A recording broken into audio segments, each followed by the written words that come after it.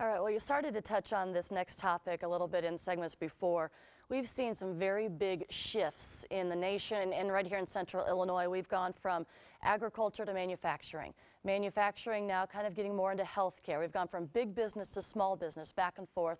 What do you think are going to be the big shift changes as we come out of this particular recession? Let's start with Mr. Owens. Well, I just touched on a couple of those. I think we need to really focus on investment in our country. So we've got to create more savings. That's going to require some more physical discipline, and we've got to be willing to pay for the things that we need. Ray and I are both involved in a little bit of a discussion of, for example, the infrastructure of our country. We had a gas tax of 18.5 cents in 1993, still 18.5 cents. Politically, virtually impossible to increase it. So, you know, our state of our infrastructure, our roads, our bridges, our airports, rail networks are basically declining a little bit. Our choices would be, you know, a relatively modest increase in the gas tax would fund a lot of investment that we need. If we don't want to do that, we could just invest a lot less, or we could have deficit spending. So we've got some of these tough choices to make, and I think we've got to engage the public in a pretty forthright discussion of what do we need and how do we want to position our economy in the long-term future. From a business perspective, I think about Washington. The challenge is we've got to bring the public along, but how do we get good decisions, good economic decisions made for the next 10 to 20 years as opposed to thinking about a 2-year election cycle? And Ray's a lot better at figuring that out than I am, but this is a tough business. As I've tried to work, you know, through our Washington office and through advice to the administration on how to get some of these things done, it's a very challenging space, if you will, as to how to make this transition. I think the administration, Larry Summers, has talked a lot about the fact we've got to move to a period of, as a country, of saving more, investing more, and exporting more. I didn't think of these things. He's on top of thinking about these things. And economists know this has to happen for the long-term health of our country.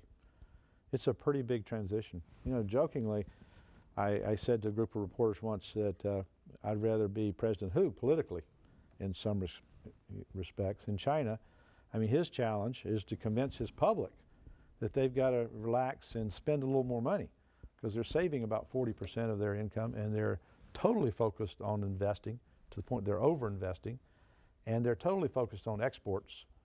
And for the world balance, they've got to get to be more of a consuming society. And I think politically, somehow that would be a pretty easy job, to convince people to spend more, relax, you know, let's have it now. And but that's really the transition for balance in the global economy that they will have to make in China. And I think that there's beginning to be a political recognition that that's important, that they import more. Interestingly enough, press never picks this up, but China is now our 3rd largest export market for U.S. manufacturers, and it's our fastest growing. So we have a lot of bilateral interest here in making that relationship a good one. I think there's a sea change coming in 2 areas. One is in energy. I think all over America you're going to see a new opportunity for green jobs, whether it's in the windmill business, whether it's in the solar business, whether it's the kind of automobiles that are going to be produced or manufactured in Detroit and other places around the country. There's a big changes coming in energy, and it's going to come about as a part of legislation, but also because this is what the people want. The second area is healthcare. There will be some kind of a healthcare reform, change, however you want to characterize it. It's going to happen. There's a lot of momentum to do that, and when you think about healthcare, it's a service industry.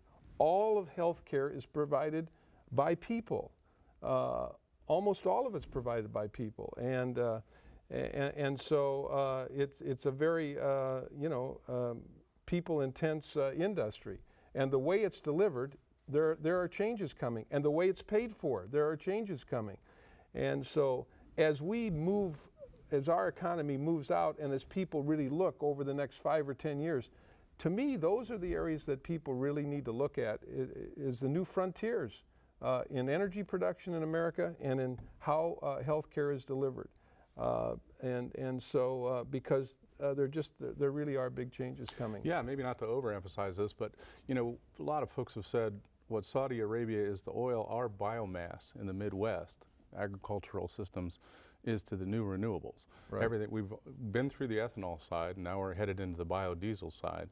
And along with wind, and very creative and innovative people, including people that have focused on engine manufacturing and efficiency and conservation, that seems to be a cornerstone industry for us to sort of focus on, both as small businesses. I mean, one of the reasons Caterpillar is successful today is because of the tremendous resources they put into research. And you look at both of these, healthcare or energy, a lot of it is research driven. And it will continue to be research driven as we find cures for the dreaded diseases, as we deliver those services, as we try and find ways, fuel efficient ways for automobiles or for wind energy or for solar, whatever it is. Research will play a big, big part in that. And again, that's another whole industry that people really should be looking at.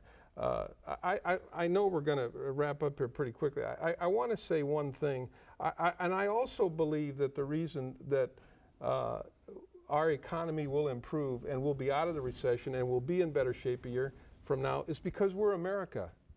And in America, we solve these problems.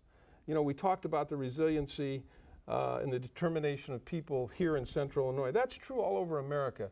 We've come through 9/11, we came through, I mean, you can go way back and look at history, whether it's Vietnam or 9/11 or this economic downturn. We are Americans, and we figure out ways to get through these things. That's what America is all about, solving these kinds of real tough problems and really doing it on behalf of the country. And so I think we'll be out of this sooner than many of us think because we're America. Steely resolve, a lot of toughness, and we'll get it done through innovation and creativity. Mm-hmm. And we're fundamentally optimists. Absolutely. And Ray, I agree with you. Yeah, absolutely. You're watching the Heartland Partnership's Insider's View, Our Road to Recovery. There's more to come.